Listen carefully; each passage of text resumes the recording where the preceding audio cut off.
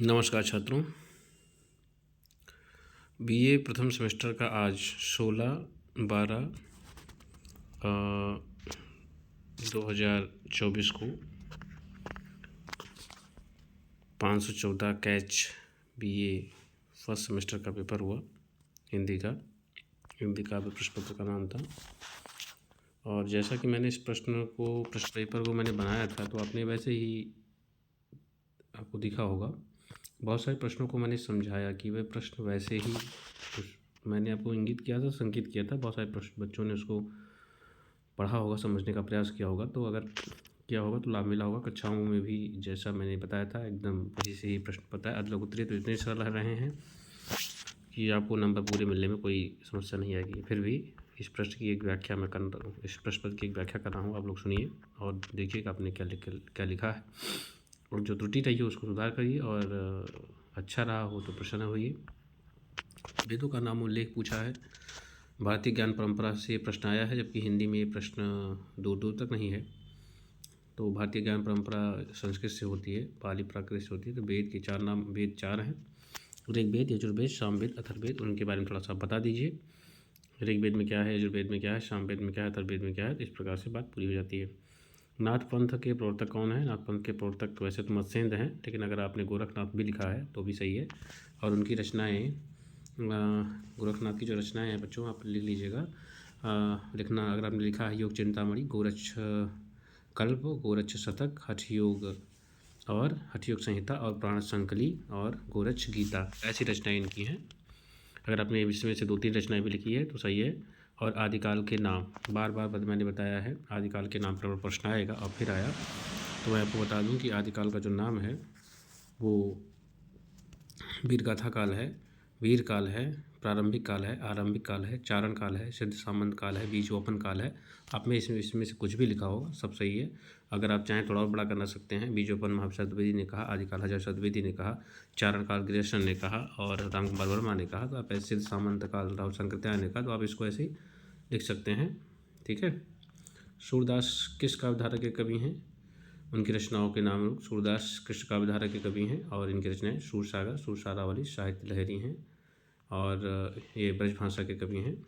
आप ऐसे बता सकते हैं। कृष्ण काव्यधारा के प्रवर्तक कवि के रूप में इनको जाना जाता है। अष्टशापीय प्रमुख कवि हैं। आप इतना विवरण दे सकते हैं जितना आवश्यक है।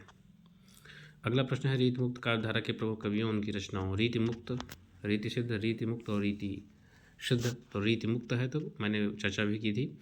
तो घनानंद, बोधा, आलम ठाकुर। रचना भी आपसे पूछा हुआ तो आपको रचना लिखना पड़ेगा। घनानंद प्रेम पत्रिका है, वियोगवली है, सुजान हित है। सुजान इनकी प्रेमिका का नाम था। बोधा ने विरहवारिश किया, ठाकुर ने ठाकुर ठसक किया, और आलम ने आलमगेल किया। उसके बाद द्विवेदी युग की 2 विशेषताएं लिखना है, तो आप खड़ी बोली का प्रयोग लिख सकते हैं, और भाषा परिष्कार लिख सकते हैं कि भाषा का परिष्कार हुआ, शुद्धिकरण हुआ। और उसके बाद जो है भाषा सब इतिवृत्तात्मकता हुई यहाँ पे। और ब्रजभाषा के बजाय खड़ी बोली का पूर्णतः प्रयोग किया गया। ऐसी बहुत सारी चीज़ें आप लिख सकते हैं। छायावाद के 2 कवियों और उनकी रचनाओं का नाम। 2 ही कवि पूछा हुआ है, तो प्रसाद आप लिख दीजिएगा। और प्रसाद में कामायनी, आंसू, झरना।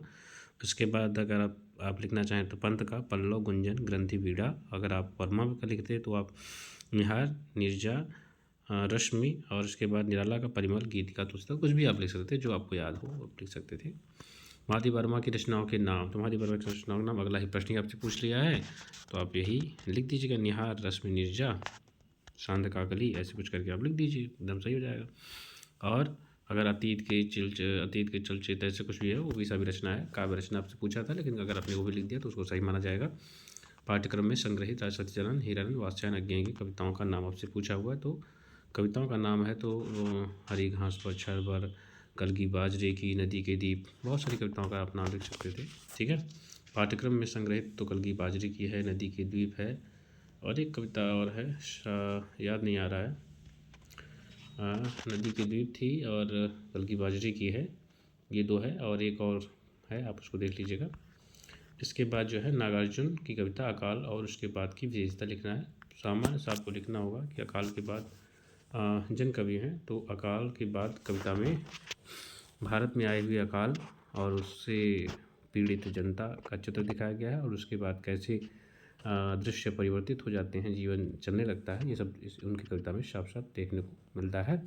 ये एक आभाषिक बिंबात्मक कविता के रूप में है, तो आप इसको समझ सकते हैं। प्रश्न नंबर 10 समाप्त हो जाता है। पर अगले प्रश्न पे आते हैं, इसमें से आपको 4 ही करने हैं, और निम्नलिखित काव्यांशों की सप्रश्न व्याख्या करनी है। देख देख राधा रूप पार, अपरूप के भी आन मिला ओल, क्षितितल लावनसार, अंगहि अंग अनंग मूर्छायत, हेरय पय अधीर, मनमत कोटि मथन के करु जे जन, से हरि महि मदगीर। यानी कि इसमें कहा गया है आपसे, पहले आपको संदर्भ लिखना है। प्रस्तुत पद्यांश या कविता हमारी पाठ्य पुस्तक हिंदी काव्य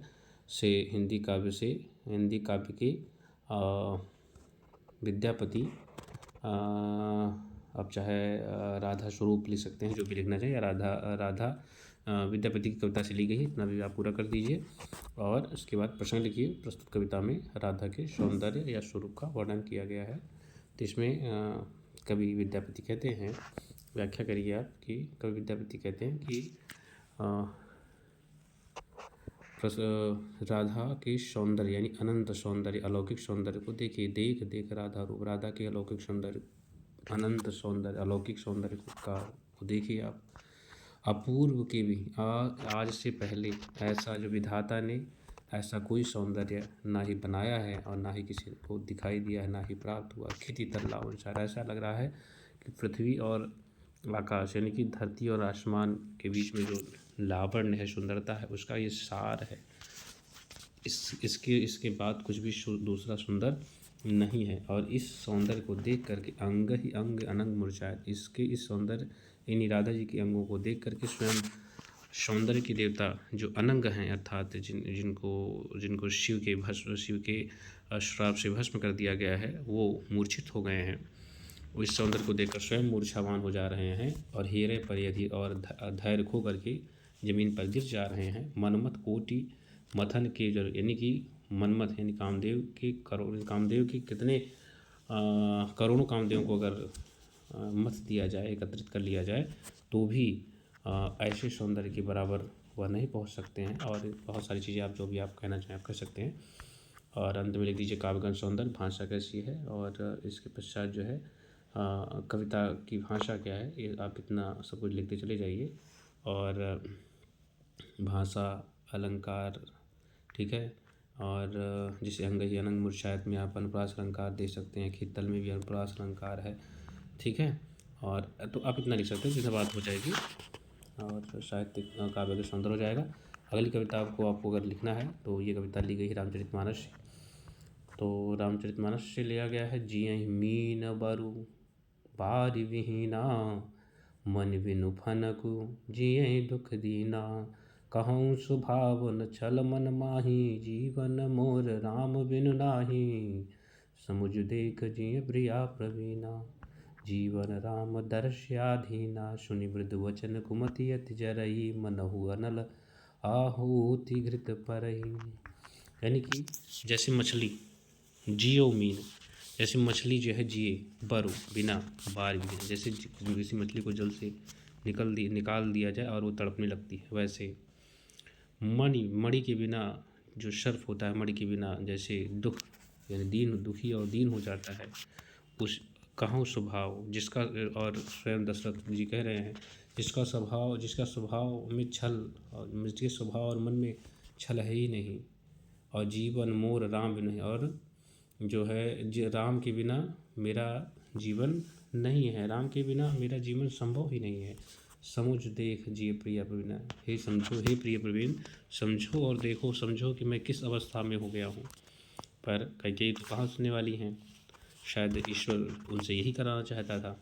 जीवन राम दर्श्याधीन, जीवन कि मेरा जीवन राम के दर्शन के अधीन है, अगर जिस दिन राम का दर्शन हमें नहीं मिला, मुझे तुरंत ही उसी क्षण तत्क्षण ही मुझे मृत्यु प्राप्ति हो जाएगी। सुन मृदु वचन कुमति अति जरई, महाराज दशरथ के ऐसे वचन सुनकर जिसकी बुद्धि नष्ट हो गई है, वह कैकेयी अत्यधिक ज्वलनशील अर्थात क्रोधित हो जाती है। मनहु अनल आहुति घृत करे, जैसे उसकी अग्नि में, उसकी क्रोध रूपी अग्नि में घी किसी ने डाल दिया हो, महाराज दशरथ की बातों ने डाल दिया हो, इस प्रकार वह जलने लगी, ये बात इतना लिख दीजिए, बहुत है। उसके बाद प्रश्न नंबर 3 में आ जाइए। वह तोड़ती पत्थर देखा उसे इलाहाबाद के पथ पर, वह तोड़ती पत्थर कोई न छायादार, पेड़ वह जिसे तले बैठी हुई स्वीकार, जाम तन भर बंधा यवन नत नयन प्रिय कर्म रत मन गुरु दौड़ा हाथ, करती बार बार प्रहार श्याम ने तरुमालिका अट्टालिका प्रकार। इस कविता में केवल आपको इतना ही लिखना है कि निराला जी की कविता है वह तोड़ती पत्थर, तो आपको लिखना है कि यह कविता यथार्थवादी कविता है, और आप संदर्भ लिख दीजिए, प्रश्न लिख दीजिए, और श्यामा ने सदर्शन आपको देना है कि कवि निराला जी इलाहाबाद के पथ पर जा रहे हैं और उन्होंने वहाँ पर पत्थर तोड़ने वाली एक महिला को देखा है, जो जिसके पास जो धूप में कार्य कर रही है, उसके पास कोई छायादार वृक्ष नहीं है, पेड़ वह जिसके नीचे वो बैठ करके थोड़ी देर आराम करे या छाया ले ले, श्याम तन है, सांवली है, युवावस्था है उसकी, न तनयन, नेत्र झुके हुए हैं पर अपने काम को बड़े मन से कर रही है, हथौड़ा भारी है पर बार बार उस भारी हथौड़े से प्रहार कर रही है, और सामने तरुमालिका अट्टालिका प्रकार, और उसके सामने जो है वृक्ष है, मालिका है, अट्टालिका ऊँची ऊँची अट्टालिकाएँ अर्थात इमारतें हैं, प्राकार महल हैं, और वह लगातार उसके सामने बैठ कर के धूप में कार्य कर रही है। बहुत सुंदर बहुत ऐसा सौंदर्य जिसको अच्छा भी कहा जाए तो बुरा लगता है। फिलहाल इसके बाद आप लिख दीजिए काव्य का सौंदर्य। हम नदी के द्वीप हैं, अज्ञे की कविता है। हम नदी के द्वीप हैं, हम नहीं कहते कि हमको छोड़कर स्रोत सोनी बह जाए, हवा हमें आकार देती है, हमारे कोण गलियां आंतरिक भार शैकत कुल सब गुलाइयाँ उसी की गढ़ी हैं, माँ है वह इसी से हम बने हैं। मैंने बहुत शानदार तरीके से तभी पढ़ाया था, सामान्य व्याख्या कर दे रहा हूँ। कभी कहता है कि हम नदी, नदी यहाँ पर कौन है, नदी यहाँ पे समाज है, द्वीप माने व्यक्ति है। कभी कहता है कि हम समाज के अंग हैं, यानी जैसे नदी में द्वीप होता है वैसे ही हम उस समाज के ही अंग हैं, क्योंकि समाज नहीं रहेगा तो व्यक्ति का अपना कोई अस्तित्व नहीं है। हम नहीं कहते कि हमको छोड़कर सूत सोनी बन जाए, हम ये नहीं कहते कि समाज हमको अकेला छोड़कर आगे निकल जाए। क्यों? क्योंकि समाज हमें बताता है कि हमें क्या करना चाहिए, कैसे करना चाहिए। ये हमारे जो है कोण गलियाँ आंतरिक भार शैकत कुल, हमारे व्यवहार कार्य आंतरिक वाह सारी चीज़ों को, सारे सोच विचार को आकृति देता है।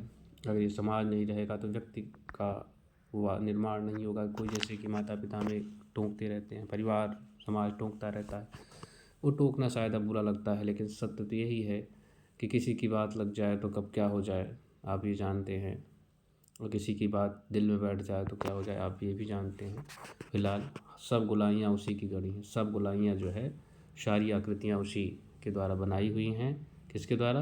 उस नदी के द्वारा, उस समाज के द्वारा व्यक्ति पूरा बना हुआ है, और वह जो द्वीप है वह माँ की तरह है, और ये जो समाज है वो उसे माँ की तरह बनाता है। इसी से हम बने हैं और इस समाज से हमारा निर्माण हुआ है। ये कविता यहाँ पर समाप्त हो जाती है। आगे हम चलते हैं दीर्घ उत्तरीय प्रश्नों की तरफ। लघु उत्तरीय प्रश्न है ये, अमीर खुसरो की काव्यगत विशेषता से पूछी गई है। सीधा सीधा काव्यगत विशेषता लीजिए। खड़ी बोली का प्रयोग किया है और जनभाषा का प्रयोग किया है, को मुकरिया पहेलियों के माध्यम से जो जन सामान्य में सुप्रसिद्ध है उनका प्रयोग किया है, और भी आप लिख सकते हैं, लेकिन ज़्यादा नहीं, 3-4 ही लिखना है तो आप कोई भी लिख सकते हैं, ठीक है। खड़ी बोली का प्रयोग भी है काव्य, और उसके बाद मिश्रित भाषा का भी प्रयोग इन्होंने किया है, ठीक है। इसके बाद सगुण काव्यधारा का परिचय लिखना है आपको। सगुण काव्यधारा में जो है आपको कृष्ण काव्यधारा और राम काव्यधारा के बारे में लिखना है, उसके कवि के बारे में लिखना है, और ये सब आप लिख देंगे काम हो जाएगा समाप्त। इसमें ज़्यादा बहुत कठिन प्रश्न नहीं है, अच्छा है, विकल्प बहुत सारे हैं। और रीतिकाल की विशेषताएं आपको लिखनी है। रीतिकाल में लक्षण ग्रंथ लिखेगा, काव्य ग्रंथ लिखेगा, आचार्य परंपरा चली है, और ब्रजभाषा का प्रयोग हुआ है, और वीर रस प्रधान रचनाएँ हैं, ज़्यादातर श्रृंगारिक रचनाएँ हैं, तो आप बहुत सारी चीज़ें इसमें लिख सकते हैं। भारतीय योगीन कवियों का परिचय, भारतीय के बारे में लिख दीजिए, और पंडित प्रताप नारायण मिश्र के बारे में लिख दीजिए, और बद्रीनारायण नारायण चौधरी प्रेमगन के बारे में लिख दीजिए, और बहुत सारे कवि हैं उनके बारे में आप लिख दीजिए बढ़िया से। ठाकुर जगमोहन के बारे में लिख दीजिए, और उनकी रचनाओं के का विवरण भी आप दीजिए, प्रश्न पूरा हो जाएगा।